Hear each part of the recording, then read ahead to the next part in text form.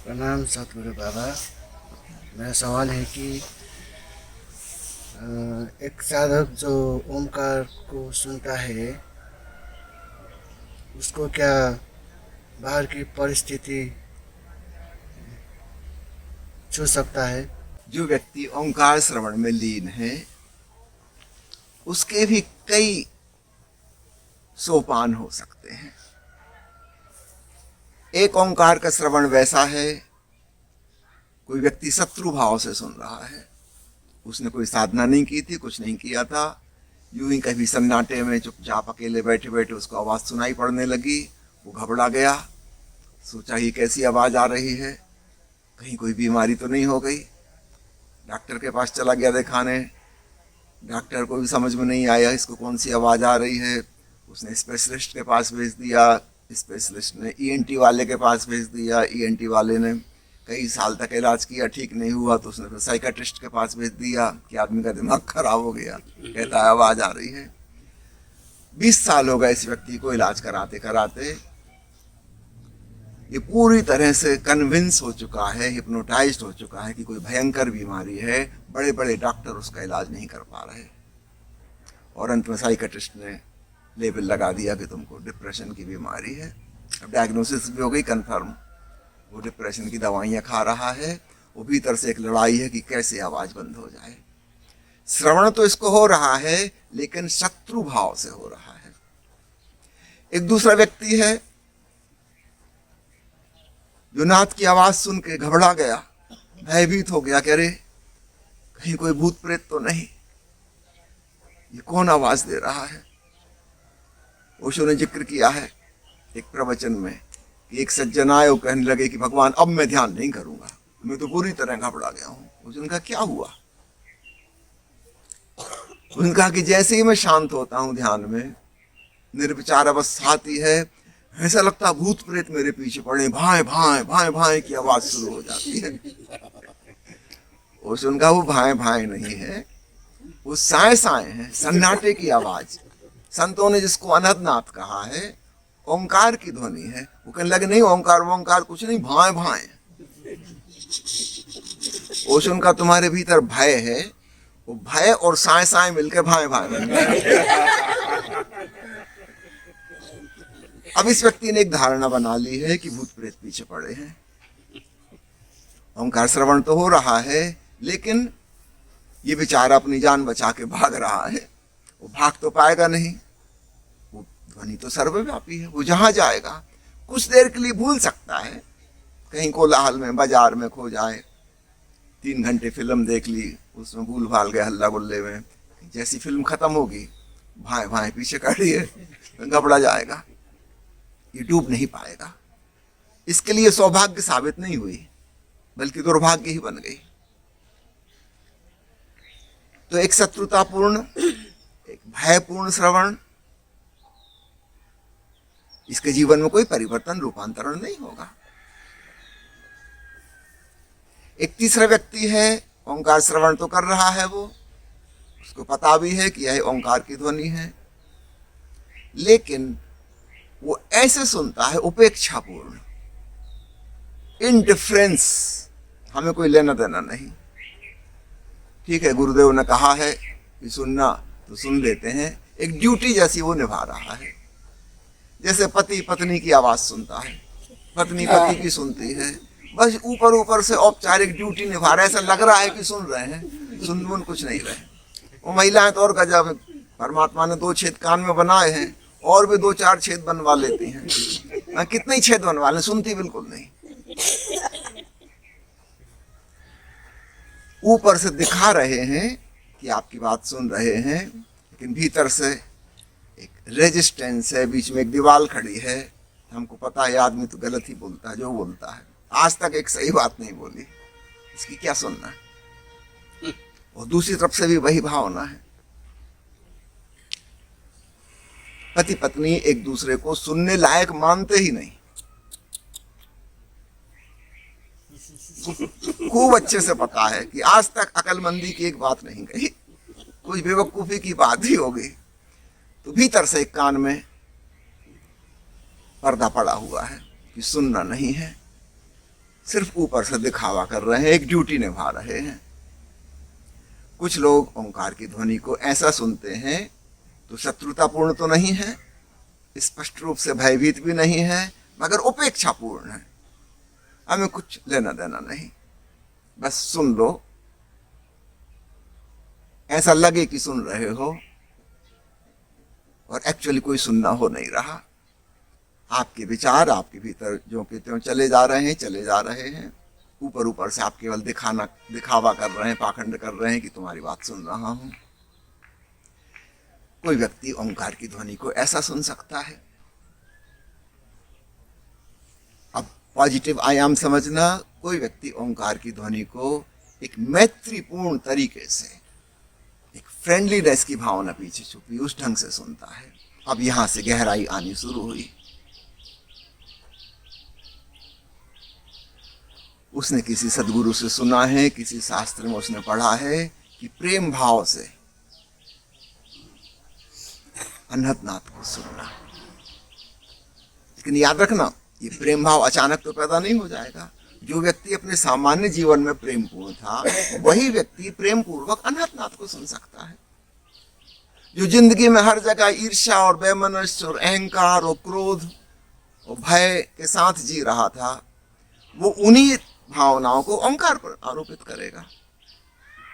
वो तो हमारे पास ऑलरेडी पहले से मौजूद है। कौन सी भावनाएं हैं, उसी का हम प्रक्षेपण करेंगे। तो जो व्यक्ति प्रेमपूर्ण मैत्रीपूर्ण ढंग से अपनी जिंदगी जी रहा है,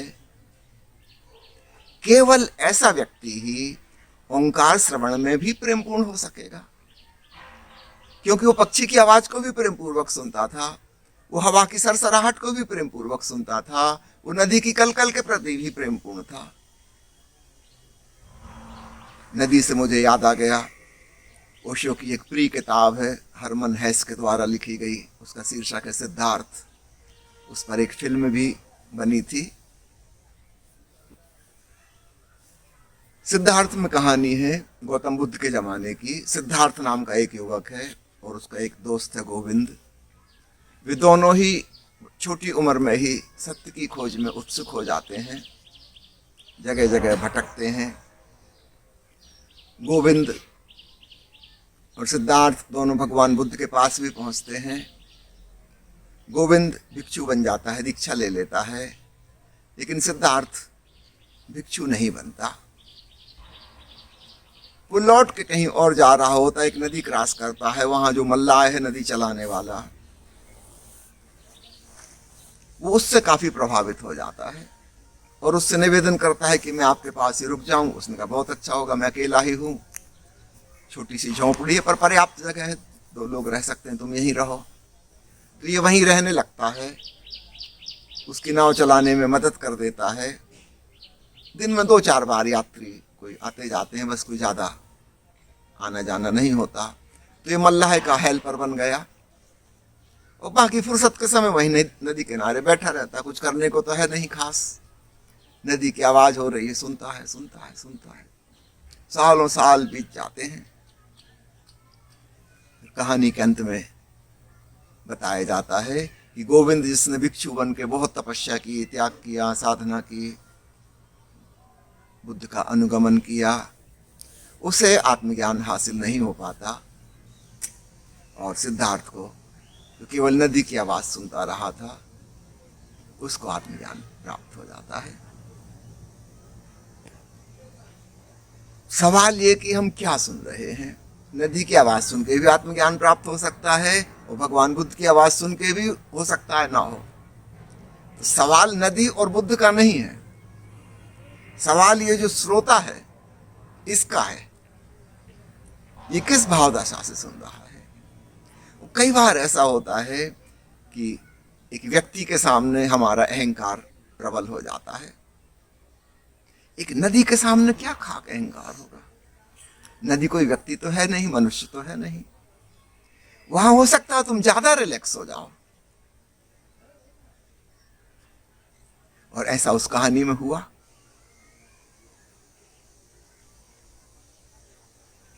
तो सवाल ये नहीं है ओंकार श्रवण का अकेला, सवाल ये है कि हम किस डायमेंशन से, हम किस तल पे पहुंच के सुन रहे हैं। आपने पूछा कि क्या ओंकार श्रवण करने वाला व्यक्ति भी बाहर की परिस्थितियों से प्रभावित होता है। वो डिपेंड करता है हम कहाँ से सुन रहे हैं। अब इससे और गहरा श्रवण हो सकता है परमात्म भाव से, भक्ति भाव से।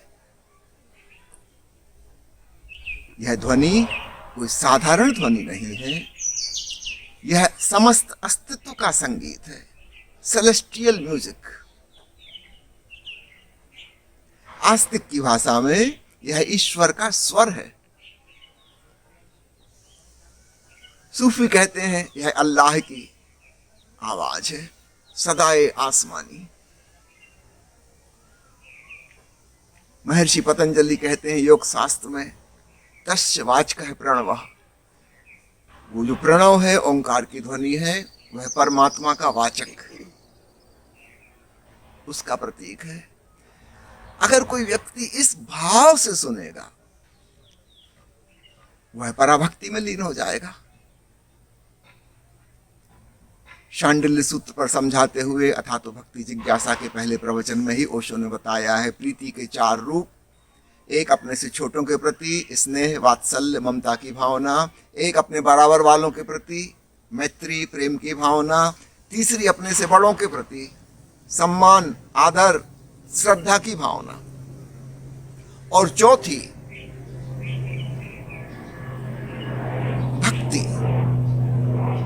अब भक्ति में सामने कोई व्यक्ति नहीं है, ना छोटा, ना बराबर का, ना बड़ा। संपूर्ण अस्तित्व परमात्मा के प्रति। तो ओंकार श्रवण को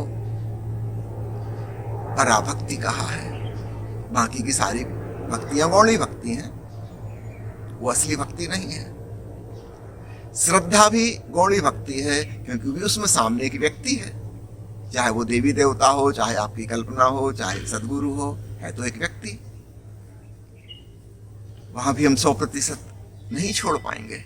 माना कि छोड़ने की कला सीख जाएंगे, काफी हद तक छोड़ पाएंगे, लेकिन पूरा तो हम वहीं छोड़ पाएंगे जहां सामने कोई व्यक्तित्व नहीं है, समष्टि है। No personality but a divine quality. क्योंकि वहां अहंकार को बचाने का कोई मतलब ही नहीं। अहंकार तो दूसरों के समक्ष पैदा होता है। जब दूसरा है ही नहीं, मैं भाव भी विदा हो जाता है। तो एक उपाय है पराभक्ति की तरह, एक अन्य उपाय है ध्यानियों का। बुद्ध है, महावीर है, वो ईश्वर की बात नहीं करते। वो कहते हैं यह तुम्हारी आत्मा का संगीत है। महावीर कहते हैं आत्मा की संगीत है, दिव्य ध्वनि, डिवाइन मेलोडी। उसको जैन धर्म में नाम दिया गया है अपूर्व श्रुत, आत्मा की ध्वनि। वो बुद्ध चूंकि आत्मा को इनकार कर देते हैं, परमात्मा को भी इनकार कर देते हैं, वे कहते हैं शून्य का संगीत। भीतर महाशून्य है, वह गूंज रहा है। अगर तुम इस भाव से सुनो, जो लोग भक्त किस्म के हैं उनके लिए पराभक्ति के रूप में श्रवण खूब गहरा होगा। जो लोग भक्त किस्म के नहीं हैं, वो तुम्हारी सहज भाव दशा नहीं है हृदय की, छोड़ो उसको। तुम आत्म भाव से सुनो, अपने ही जीवन के केंद्र का स्वर। अब इसमें कोई द्वंद्व तो नहीं होगा, द्वैत तो नहीं होगा। यह तो तुम ही हो, तुम्हारा अंतरतम है। तो तुम बिल्कुल अपनी जड़ों में पहुंच गए, केंद्र बिंदु में पहुंच गए। इस केंद्र बिंदु में जब तुम रमण कर रहे हो, उस समय बाहर की परिस्थितियों का प्रभाव निश्चित रूप से नहीं पड़ेगा। वे सब बातें बहुत दूर रह गई परिधि पर, तुम केंद्र में हो। तो आपके इस सवाल में बहुत सी बातें छुपी हुई हैं कि क्या हम बाहर की परिस्थिति से प्रभावित होंगे कि नहीं होंगे।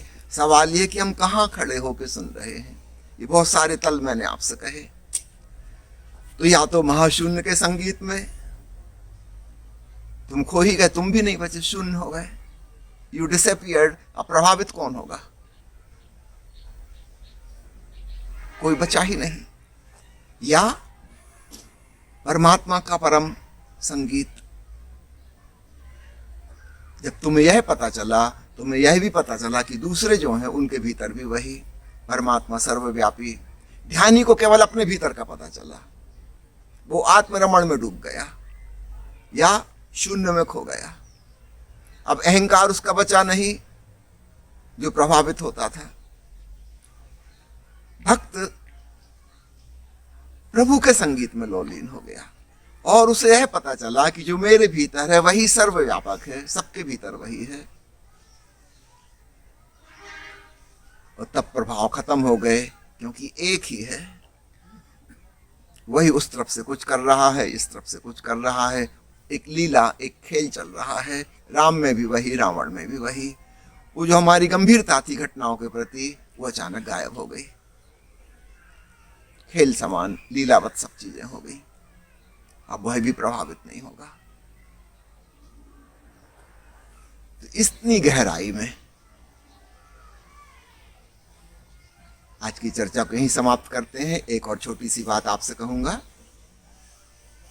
आज की विधि समझने के पहले समाधि के सप्तद्वार में 7 कुंजियों में से हम आज ऊर्जा की बात करेंगे। ऊर्जा यानी जीवन शक्ति। मैं चाहता हूं इस पर हम कोई लेबल ना लगाएं, कोई विशेषण रूपी नाम ना दें, सिर्फ ऊर्जा ही कहें। अगर हम उस पर काम शक्ति का, यौन ऊर्जा का लेबल लगाते हैं, हमारे मन में जितनी निंदाएं और आलोचनाएं छिपी हैं वासना के प्रति, वो हम उस पर आरोपित कर देते हैं। फिर बड़ा मुश्किल हो जाता है, उससे संघर्ष शुरू हो जाता है। नहीं, कोई नाम ना दें। जीवन ऊर्जा है, उसके अभिव्यक्त होने के कई रास्ते हैं। सामान्यतः यह ऊर्जा यौन के माध्यम से व्यक्त हो रही है, लेकिन अगर इसको हम दूसरे चक्रों पर ले जाएं तो वहां से व्यक्त हो सकती है। जब यही ऊर्जा नाभि केंद्र पर आ जाती है तो साहस के रूप में प्रकट होती है।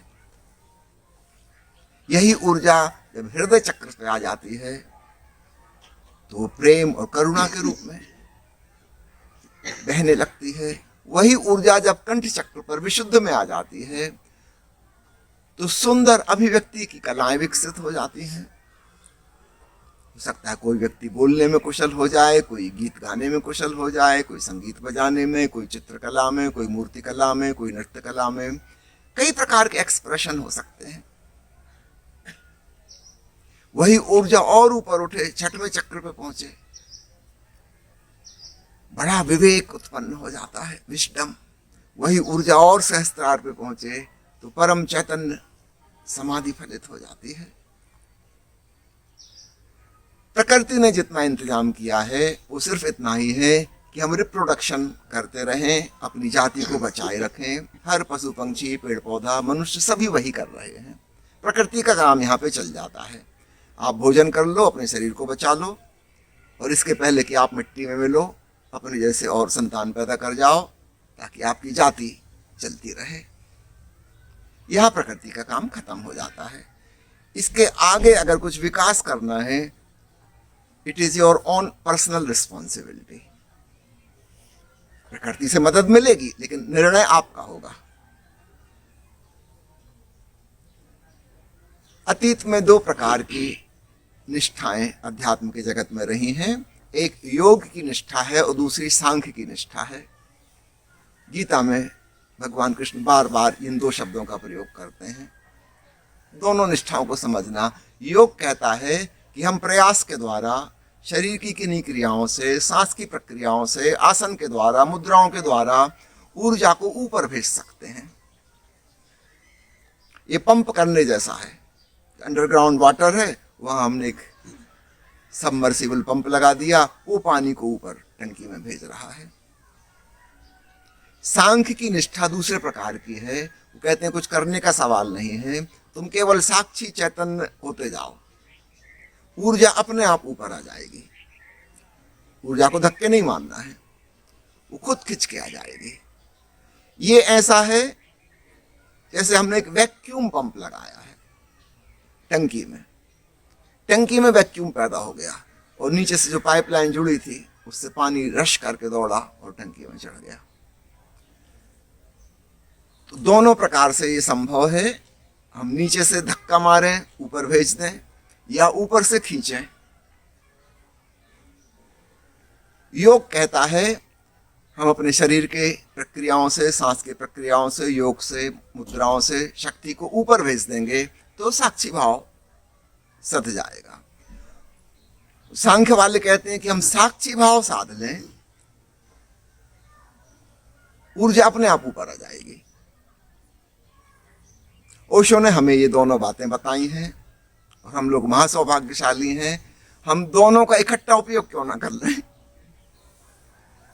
तो हम पंप भी करें और ऊपर वैक्यूम भी कर दें तो मामला बहुत आसान हो जाए। ऊपर भेजने का भी इंतजाम करें और ऊपर से खींचने का भी इंतजाम कर लें तो 50% श्रम में काम चल जाएगा। अतीत में ये दो बातें कभी भी जोड़ी नहीं गई थी, इनको अलग ही अलग रखा गया था और वे लोग हमेशा एक दूसरे के विरोध में स्टेटमेंट देते थे। सांख्यवादी जो हैं वो हठ योगियों के विरोध में रहेंगे, हठ योगी जो हैं वो सांख्य वालों के विरोध में रहेंगे। सांख्य वाले हमेशा विरोध करेंगे, किसी विधि विधान की जरूरत नहीं, किसी क्रिया की जरूरत नहीं, कोई टेक्निक नहीं होती, सब बेकार है, बकवास है। वो लोग हमेशा जिद करते रहेंगे कि ये टेक्निक, ये विधि, ये बहुत काम की है, ये उपयोगी है। दोनों बातें आधी आधी हैं और ओशो के संग अब हमें सौभाग्य स्वरूप यह समझने का अवसर मिल गया है कि हम दोनों का ही उपयोग कर सकते हैं। हो सकता है हम में से कोई व्यक्ति इस तरफ एक ज्यादा जोर दे, कोई व्यक्ति दूसरी तरफ से ज्यादा जोर लगाए, लेकिन दोनों में विरोध कुछ नहीं है। ऊर्जा का ऊर्ध्वगमन हो जाए तो साक्षित्व फलित हो जाएगा, या साक्षित्व फलित हो जाए तो ऊर्जा का ऊर्ध्वगमन हो जाएगा। क्यों ना हम दोनों का इकट्ठा ही उपयोग कर लें, और भी सरल, कंट्रडिक्शन ही खत्म हो जाएगा। तो आज जो हम प्रयोग करने जा रहे हैं मूल बंध का प्रयोग है। अपनी जीवन शक्ति को छूटती हुई श्वास के संग पूरा छोड़ दें, हवा बाहर, और कुछ देर के लिए रुक जाएं। तो एक विशेष संगीत चलेगा, उसके साथ साथ आप सांस लीजिएगा, छोड़िएगा और रुकिएगा। तो 3 स्टेप हैं, भीतर सांस लेना, सांस को बाहर छोड़ना और बाहर रुकना, बहिर्कुंभक। जब पूरी हवा हमने बाहर छोड़ दी है और पेट पिचक गया है तो नीचे के तीनों चक्र, जिनको योग की भाषा में मणिपुर, स्वादिष्ठान, मूलाधार कहा जाता है, वे सिकुड़ जाते हैं भीतर की तरफ। और छूटती हवा के संग ऐसा लगता है जैसे रीढ़ की हड्डी से शक्ति ऊपर चली गई और आप कुछ सेकंड के लिए रुक गए। उस समय निर्विचार अवस्था भी बहुत आसानी से उपलब्ध हो जाती है। तो साक्षी भी अपने आप हो रहा है, दोनों चीजें एक साथ हो रही मूल बंध की प्रक्रिया में। नीचे से हमने धक्का भी दिया श्वास का और ऊपर हम साक्षी भी हुए, यहां से खींच भी रहे हैं। तो मूल बंध की यह प्रक्रिया का प्रयोग हम करेंगे। और मैडम ब्लॉवटस्की ने ऊर्जा को प्राचीन शब्द उपयोग किया है, उसके लिए वीर्य। पुराने शास्त्रों में, हिंदू शास्त्रों में भी, बौद्ध शास्त्रों में भी वीर्य शब्द का मतलब जीवन ऊर्जा है। लेकिन सिर्फ वीर्य शब्द आ जाने से उसको सेक्स एनर्जी का लेबल मत लगाइए। वो लेबल इसलिए लग जाता है कि 99% लोगों के जीवन में सेक्स ही एकमात्र ऊर्जा प्रकट हो रही है बस। लेकिन वो एक प्राकृतिक इंतजाम है। यही ऊर्जा और तलों पे व्यक्त हो सकती है, बहुत ऊपर उठ सकती है, अंततः ब्रह्मचरी बन जाती है। तो कुछ भेद नहीं है, यहां से प्रकट हो रही थी तो सेक्स है, वहां से प्रकट हो रही तो ब्रह्मचरी है। ऊर्जा वही की वही है, इसलिए उसमें कोई लेबल लगाना उचित नहीं। ये तो विद्युत ऊर्जा है, लाल बल्ब में से निकालो तो लाल रंग की निकल रही है, नीले बल्ब में से ले जाओ तो नीली रोशनी देगी। कोई विद्युत थोड़ी लाल या नीली है। जब हम विद्युत को लाल कह देते हैं तो फिर हम गलती कर रहे हैं। विद्युत बस विद्युत है। एसी में से गुजार दो तो ठंडक पैदा हो जाएगी, हीटर में से गुजार दो गर्मी पैदा हो जाएगी। विद्युत न ठंडी है न गर्म है। ठीक ऐसे ही हृदय चक्र से व्यक्त होगी तो प्रेम बन जाएगी, और ऊपर के चक्र से प्रकट होगी कला बन जाएगी, और ऊपर से प्रकट होगी विवेक, प्रज्ञा बन जाएगी, और ऊपर पहुंच जाएगी, तो अपने आप में ही लौलीन हो जाएगी, प्रकट भी नहीं होगी, समाधि बन जाएगी। तो कहीं कुछ विरोध नहीं है।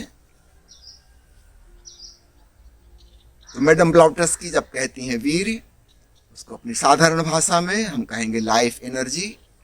ये ज्यादा अच्छा शब्द है, क्योंकि इसमें कोई कम से कम निंदा और आलोचना तो नहीं चाहिए। लाइफ एनर्जी, और इस प्राण ऊर्जा को ऊपर उठाने का सबसे सरल तरीका मूलबंध। बहुत बहुत धन्यवाद।